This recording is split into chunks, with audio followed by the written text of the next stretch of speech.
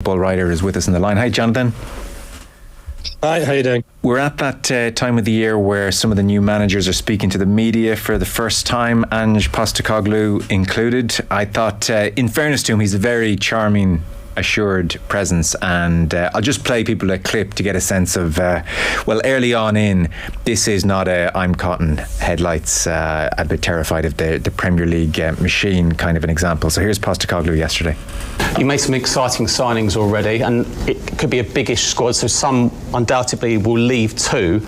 In terms of the short-term planning, are there certain players like Harry Kane where you have to say he's got to stay, he's part of my plans, he's imperative? So it's question 3, and it was Harry, was it?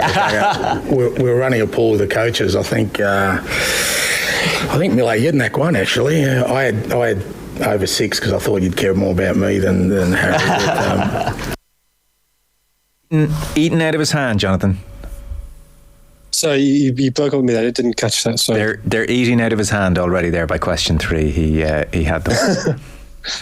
Yeah, I mean, we've seen at Celtic he's very good with the media when he wants to be. I think there was some evidence at Celtic he got a bit sort of tired of the whole sort of media churn, which I imagine in the Premier League is even worse. But yeah, he's a very charming, very engaging bloke. But the fact that question is about Harry Kane, I think, does highlight what the big issue is, which is what is happening with Harry Kane. And I guess there's an argument that you just want Harry Kane there because Tottenham with Harry Kane are more likely to qualify for Champions League than without. I think I'd probably personally slightly lean to the counter argument, which is that's a pretty slim possibility anyway, and maybe it's better to at least have certainty. So if he's not going to sign a 3 or 4 year contract now, or an extension that takes him to 3 or 4 years of the club, maybe it's better to let him go. 70 million from Bayern seems like a pretty good price. At least then he wouldn't be going to a Premier League rival. And then maybe just take some of the pressure off the start of the season. That you can imagine a situation where Postecoglou is trying to pretty radically change how they play from how they played under Conte and Cialini. And that may not take immediately. And if they'd say after 12 games they've won 3 or 4 matches, the grumbles of discontent will be much worse if Kane is there than if he's not. Then again, Kane being there means that they probably are more likely to have a better start than that. But if you're Postecoglou going in there looking to impose your style, I think you'd want a pretty good indication of whether Kane is going to be part of that for the medium term. Because it's not even like Kane is the sort of player who's easy to replace. He's a quite unusual footballer, or quite unusual centre forward, in that he drops deep so capably. He's so good at spinning and playing those balls out to players playing outside him, and yet scoring 25, 30 goals a season while doing so. That I can't think of anybody else who can do that. So if you work out a way to play with Kane, and he then leaves, you've got to work out another way. Yes. Or another way of playing when he's gone. The one good thing about Kane is we've seen over the past couple of seasons, he's not somebody who downs tools if he doesn't get his own way. He clearly did want to leave 2 years ago, and he's turned out 2 great seasons since. So it's not that his professionalism is ever in question, which might have been the case for certain Tottenham players in the past, moving the last year of their contract. You've laid out the dynamic perfectly. It's not a straightforward decision for Ange Postecoglou. Very few can guarantee you 25, 30 Premier League goals a season. That's a very tempting thing to have on your side.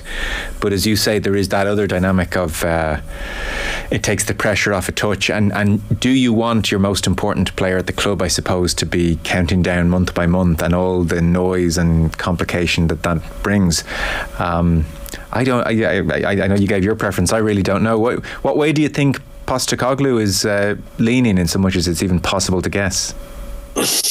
I don't know. I mean, I guess the positive thing for him is you can see a positive in either way. That Kane stays, assuming he stays fit, he'll score at least 15 goals minimum, probably 20, maybe 25 or 30, and that obviously makes you a better side, more likely to finish high up the table. If he goes, you've got Richarlison there. Richarlison is a younger man. He's probably better at pressing. Well, he is better at pressing than Kane. Richarlison's one of the best pressers there is in the modern game. And if you want to impose a hard pressing style, Richarlison's a good man to have there doing that. I guess there's a danger if Kane plays that Richarlison gets shunted out wide, which I don't think necessarily he wants to do. And then he may start to think he wants to leave. At least if Kane goes, you get a proper crack at Richarlison and see whether he can be part of your future. So, you can say the uncertainty is problematic, and I think it is. On the other hand, it's one of those things where either solution isn't too bad, unless Kane leaves on the 31st of August and you don't have another centre forward. But even then, you do have Richarlison. I think Alan Shearer quipped that he'd drive him to the airport himself. So Kane would be giving up the chance to forever be at the top of that chart, or certainly for a fair number of years, that Premier League all-time goal scorer chart, if he were to go to Munich. Munich have made two offers. Initially a 60 million sterling offer. They've upped that to 70, and the reporting is that there's a third incoming and that Kane has, it seems, agreed terms with them. From Kane's perspective, how do you think he sees the Bayern move? Well, I guess he can look at this in two ways. He can, at this stage of his career, he can say, I believe in Postecoglou, I believe in this squad, I believe in Daniel Levy, I believe in this stadium, and I want the glory of leading Tottenham to some meaningful silverware, which, to be honest, probably doesn't mean the League Cup or the FA Cup, welcome as they would be. Now, he obviously came close with the Champions League, came close with the league when they finished second behind Leicester. Are they realistically going to challenge for the league this season? No. They're not in the Champions League, so clearly that's not going to happen. So does he think 2 or 3 years down the line there is a chance of that? And how set is he on being the all-time Premier League goal scorer? Maybe that is something that really bothers him, or maybe he thinks, look at what's going on at Tottenham. This is a mess. Season after season's a mess. I've done my time. I've done everything I can. I've been here for 15 years, whatever it is, 18 years. I go to Bayern. At least I'm not betraying them by going to another Premier League club, although he was clearly happy enough to do that with Manchester City. Yeah. He talked about how excited he was about possibly playing with Kevin De Bruyne. But he goes to Bayern. He almost certainly wins the Bundesliga. He gets to the Champions League again. They may well get a good run at the Champions League. They certainly. Bayern should be looking quarterfinals and beyond. And it's something different. It's a chance near the end of his career to experience a different league, a different culture, and that may be attractive. I think it's understandable in any job, but where you're sort of 3/4 of the way through your career, you might think, do I want more of the same, or is it time to sort of say, actually, I don't really care about that record and doing the same thing over and over again. I want to go and try something different. If it brings silverware with it, all well and good. And he's got England as well. He's already the leading all-time scorer, and I can't see anything but him extending that record to a level where it's not going to be passed for 2, 3, 4 decades if it's ever passed. Yeah, it is interesting. I asked this as somebody who doesn't personally have a Bundesliga title, Jonathan. I don't know if you have one. Is it worth that much? Does it transform Harry Kane's career? Is he like Teddy Sheringham saying, well, guess what, I did win it all, everybody, I have 2 Bundesligas? I don't know. I think actually being the all-time Premier League goal scorer is a greater feat than winning a Bundesliga with Bayern. Yeah, I mean, you're right. In terms of the Bundesliga, I guess the Champions League is the thing. If he could win the Champions League, that would be worth it. And he's obviously more likely to do that with Bayern because they're in the competition. Yeah. And there's no remote possibility of them not being in the competition for the foreseeable future. And winning things is nice, I guess. I've never won. Not only have I never won the Bundesliga, I've never even won the Austrian Bundesliga. I have no idea what winning stuff is like. I did win the Oxford University Second Teams League 5th Division title in 1998. And to be honest, that's still probably the highlight of my life. So, winning stuff is good. But if you had been all-time top scorer in the Oxford division, I mean, from right back, that would have been some feat. Yeah. Well, we'll see. I mean, I guess that point you make about, at least if he leaves the Premier League, he's forever a legend every time he goes back to the stadium in a very uncomplicated way. I mean, I do think he's sincere in the feelings he has towards the club, so maybe that's an appealing part of the deal, as opposed to going to City or going to a rival and then, you know, potentially being in that strange spot. Not quite Sol Campbell-esque, of course, but that strange spot when you do go back to a ground and you score routinely against them for the last third of your career. Yeah, that must make things very awkward. And I think, particularly when you've been there, even as a youth player, you know, I know that he wasn't a Tottenham fan as a boy, but yeah, you understand there's a sort of I guess some players, people like Van Persie, I guess, were quite happy to go elsewhere and win your title and do your old club down. But yeah. Van Persie, it's a different situation. He's coming from the Netherlands. I was sort of thinking, say Alan Shearer's career had been in reverse. Say he'd started at Newcastle, you know, it's the club he's always supported. Yeah. And then he'd taken the big money to go to Blackburn and won the league. That would have felt a slightly cheaper achievement than it was by going from Southampton to Blackburn. So, yeah, it's a politer way of doing it. Maybe is the right thing to say. But yeah, he'll be a Premier. He's got 200 Premier League goals. He's a Premier League legend, whatever happens from now on. Well, he's due back in training tomorrow. What is your understanding of Ange Ball? What is Ange Ball? There's a lot more attacking than Conte Ball. Although Conte Ball was attacking until he got to Tottenham. Yeah, he was. You think it was an Italy side? They pressed really hard. I was kind of really. And even his Chelsea side pressed really hard. Yeah, so, I think they scored a record number of goals that year, Chelsea.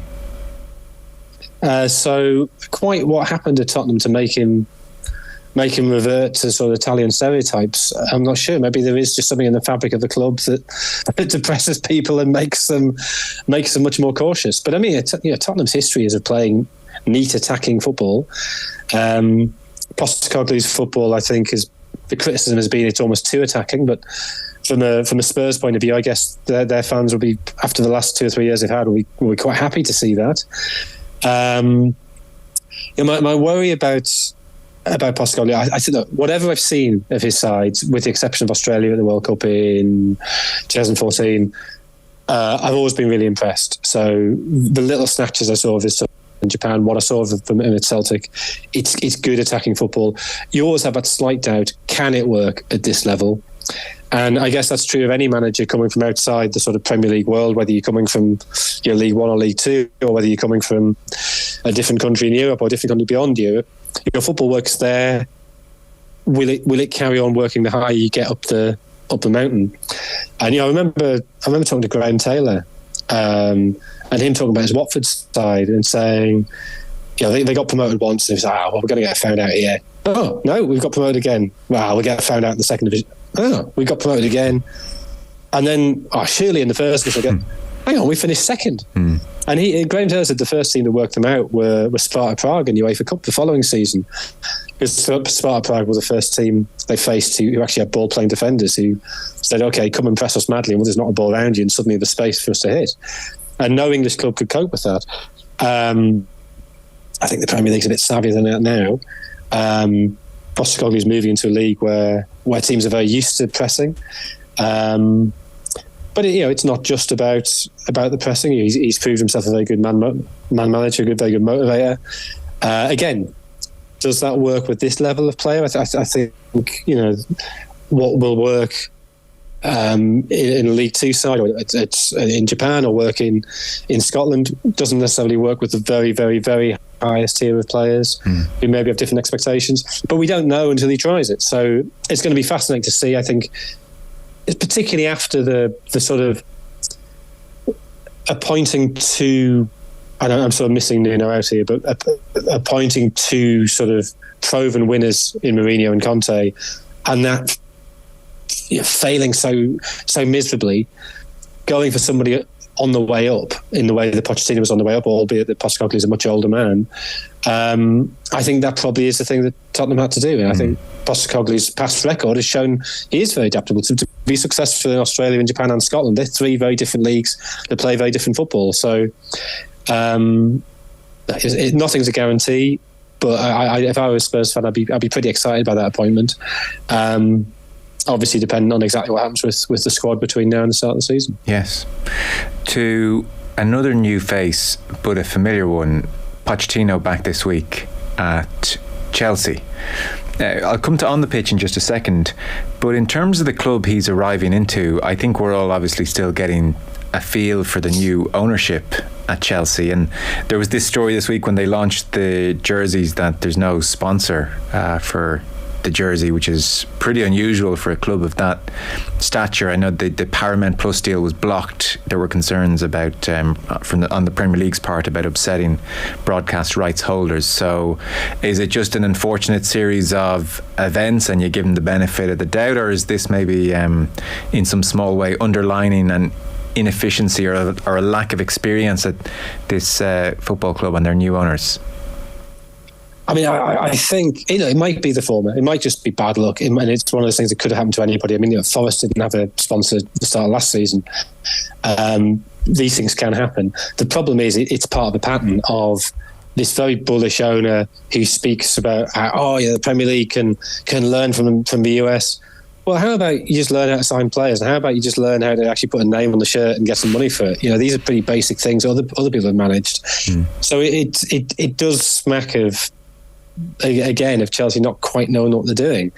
And it's a minor thing. It doesn't matter. They'll find a sponsor and they'll get money. And whether it's exactly as much as they could have got or whether it's a little bit low, it doesn't really matter. But it is, I think, symptomatic of that sense of directors and owners, senior management who aren't quite up to speed with how football works. I think far more damaging is it's not just a wave of new signings and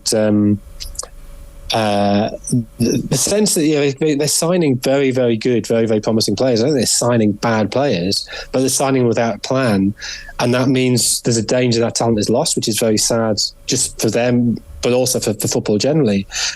But also, one of the things Abramovich had done in the last sort of decade of his ownership was to invest heavily in the academy, and that's obviously a long-term project. It takes time for players to come through the academy, but we just started to see those players coming through. We started to see the fruits of that with Mason Mount and Callum Hudson-Odoi and Tomori and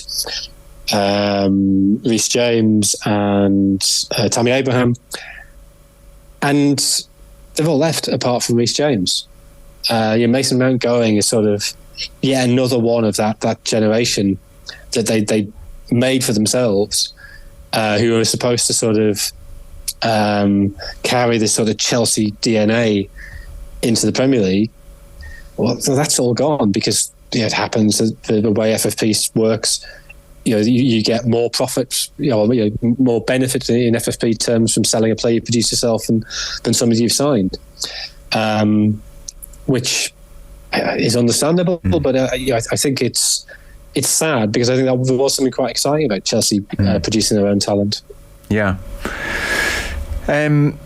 If we take Arsenal and Man City as a package for a moment in a strange way, but that title race of last year kind of pairs them up.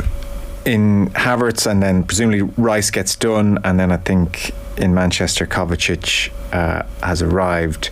Are they pretty pleased with their summers? I'm sure more can happen obviously in the interim, but Arsenal and City on where they left off last season. Gundogan's absence jumps to mind obviously for City. Maybe start with Arsenal. Havertz, Declan Rice, what does this do to Arsenal for you, Jonathan?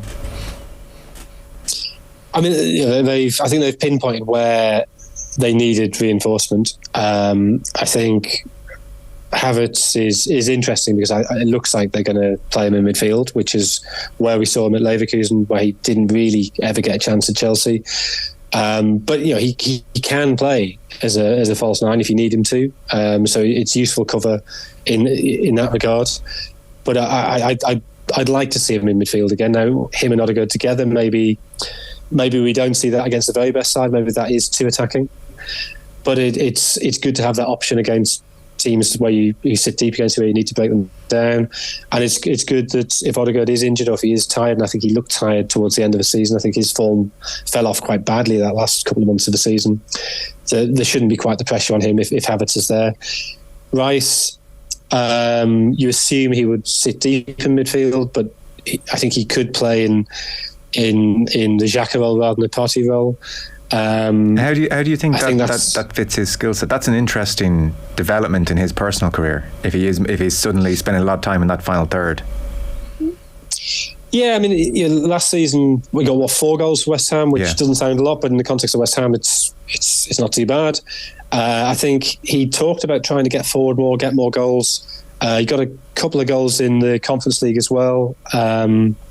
So that was something he was trying to add to his game. And I think City's interest, assuming it was genuine, and it wasn't just sort of some weird shenanigans to sort of drive the price up.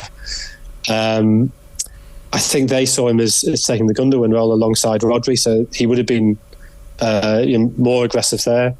So Partey, I guess you can play alongside him, but you would assume that their first choice would be him, Havertz and Odegaard. Again, dependent on opponents. So I think in midfield the signings have been sensible, and we also saw last season that as soon as Saliba got injured, they were short at the back, so bringing in Timber seems to make sense. That's where they needed cover. I think they've got cover in all the right areas, and all transfers are risks, but these 3 seem pretty sensible signings. Yeah, so you're not unrealistic to say, you know what, come April next season they'll be in a conversation again. Last season wasn't just a kind of got off to a nice start, momentum, and other sides weren't as strong. I think that definitely is true. I think they did get off to a good start, and they did have momentum from that, and they got a belief that I don't think anybody had for them, certainly outside the club. And also, a lot of the other teams fell away pretty badly. So I think there'll definitely be a bigger challenge. They obviously have a Champions League this season. We didn't have any European football last season, so there's a whole series of greater challenges this season. So I don't think they're guaranteed to finish second by any means. I don't think they're guaranteed to finish top 4. I don't think they have to play particularly badly not to take top 4. Yes, but I think the squad looks better now than they did at this stage a year ago. And on City, Kovacic in and Gundogan out after the most, effortless treble that any of us are likely to have seen. Yeah, I mean it's not particularly exciting, I guess, and I'm not sure Kovacic gives you exactly what Gundogan gave you. Kovacic's goals output is pretty poor, but he is very good on the ball. I think his tactical understanding of the game is very good. So I think that was sort of almost a stopgap there. They saw Gundogan was going, and it's okay, we can sign him. Bernardo Silva, assuming he stays, again, he seems to be desperate to leave City. He hasn't been allowed to.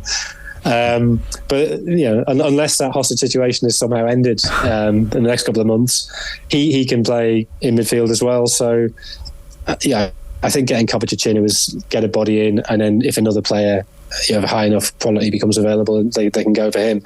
And I think that's why the Rice interest was they probably were just sort of angling a bit, just seeing what the situation was, so what they could get, and then once they hit a certain price, they thought, no, we're fine. We'll cope with Kovacic and see what else might become available.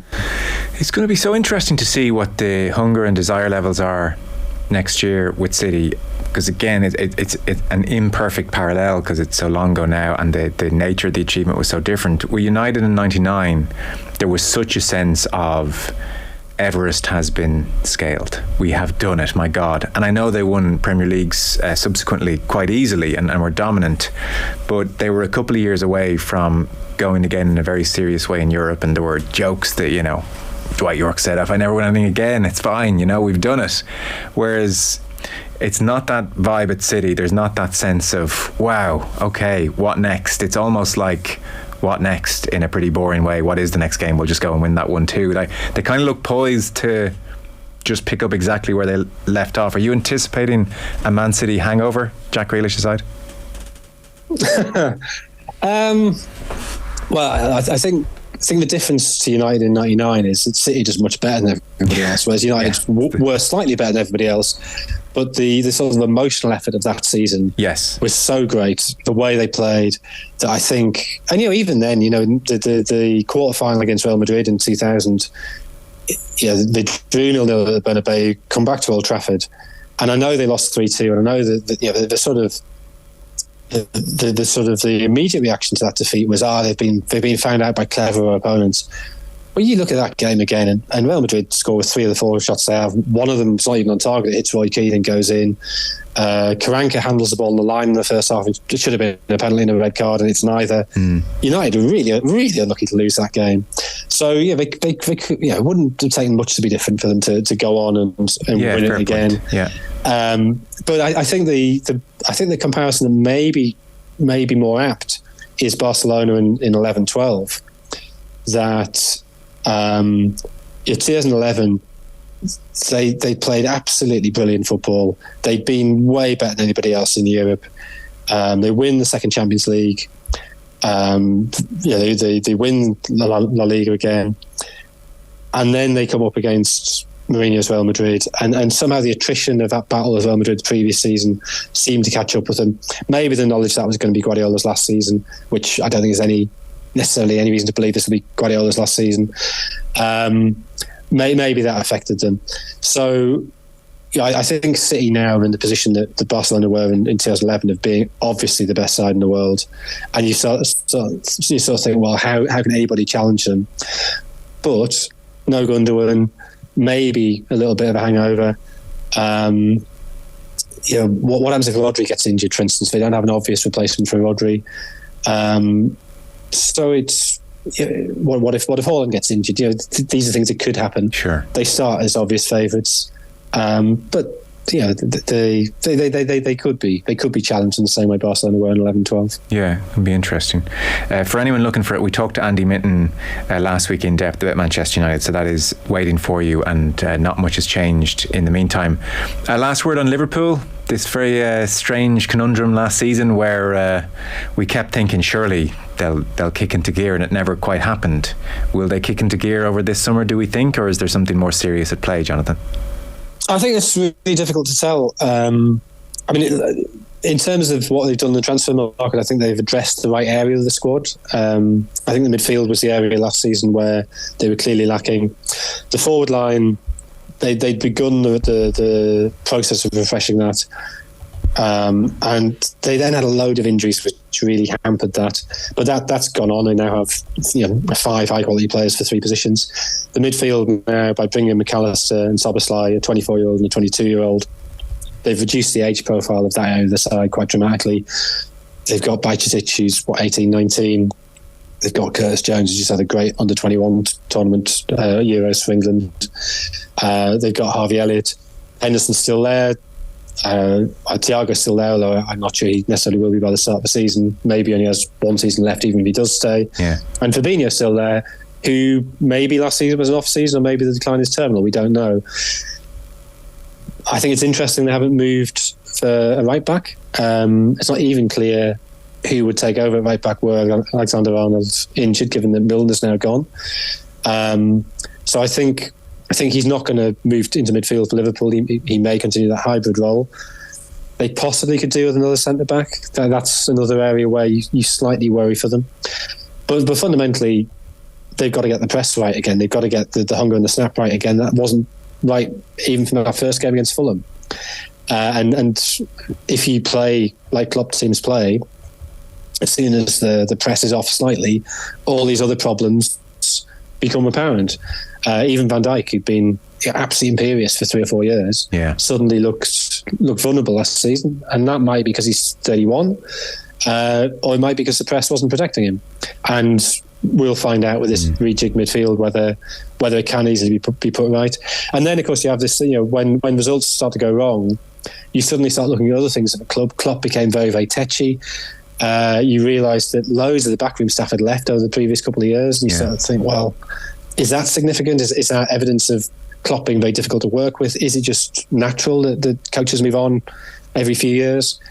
And the truth is, from outside the club, it's almost impossible to know what's happening there. And all the rumours about, was Darwin Núñez, was he a Klopp signing that the transfer committee didn't really want? Again, it's very, very hard for us from the outside to know that. But yeah, they have, I think, bought players in the right positions. They've answered the right questions. And I think, although the fixtures they had an easy run in terms of fixtures, and that perhaps lies behind the way they finished the season strongly. But that at least is something to build from to the start of this season. Yeah, it's going to be interesting. They started off in such ignominious fashion against Fulham the first day of the season last year, so we'll all read too much, I suspect, into the first day this year. I don't have time, and I wouldn't expect you to go through every team, so let's not do that. One question which is sort of interest to an Irish audience in a way you mightn't expect, I suppose, is the English under-21s and Lee Carsley's stock, because Stephen Kenny here as Ireland manager is under a fair degree of pressure now, and there's a sense that if the next international window goes badly for him, that may be that. And Carsley's name is mentioned. Former Republic of Ireland international, has recently won major tournament with the English under-21s and is very highly regarded. One of my favourite tweets of all time came from one of my colleagues, where he said that Big Sam would never again talk to somebody wearing a GoPro on their head, and had he not done that, then maybe Gareth Southgate wouldn't have got the job. And I presume the same applies to Carsley. Just by dint of his playing career, how likely is he to walk into a top level job? Or do you think the English FA, for instance, will look at the relative success they had with a company man in Southgate migrating upwards and think, do you know what, if he keeps doing it at an underage level, maybe we know how good he is, and it'd be a tough sell to the public, but we might just be brave enough to do it because Southgate worked out so well. I appreciate Southgate played for England, so it's a bit different. I'm kind of stretching there. Your sense of Carsley? Yeah, I mean, it's really hard to tell, because the under-21 tournament got almost no coverage here until the final. Yeah. I'm not really sure why that was. I mean, to be honest, I sort of was only vaguely where it was going on, and suddenly saw, hang on, England have won the first two group games and they look like going through. Oh, hang on, they've put Germany out. And, it was only, we didn't even, the games weren't on TV here until the final. I think the fact it was in Georgia meant that a lot of journalists sort of, I mean, this has been last season was, nobody wants to hear about journalists moaning, but everybody was knackered at the end of last season with the World Cup in the middle of it, coming after the COVID seasons. So I think, a more normal season, maybe more people would have gone out to Georgia. But the fact it's Georgia, the fact it's, if it had been in the Netherlands or Belgium, somewhere that's easy to get to, where you could just pop in for the game and come back, maybe would have got more coverage. I mean, England has a habit of not particularly taking youth level football seriously until 6 years ago, when they suddenly won the Under-20 World Cup and then the Under-17 World Cup, Under-17 Euros, whichever it was, whichever Under-17 tournament they won. And now so, actually, maybe we are quite good at this. Maybe this is sort of a big thing. So, I mean, that's the way of dodging your question. I've got very little sense of Carsley as a coach, but he has just won a tournament without conceding a goal. What I saw of them, they looked pretty impressive. I liked the fact that he was going into games without a centre forward, playing a 4-4-2 with Madueke and Anthony Gordon or Morgan Gibbs-White. So there's that sort of fluency up front. That seemed an interesting modern way of playing, which maybe is not what you expect if you remember Carsley as a player. Yeah. Southgate, we know, will stay on till at least the Euros. It's certainly not impossible he takes England to the next World Cup. Things could look very different by 2026. What is clear at the moment, though, is that there is no obvious English candidate in the Premier League who everybody would be like, yes, he's the man who's got to replace Southgate. Maybe Eddie Howe, but at the minute, why would Eddie Howe leave Newcastle? And in the absence of candidates, maybe you do go after the success of Southgate.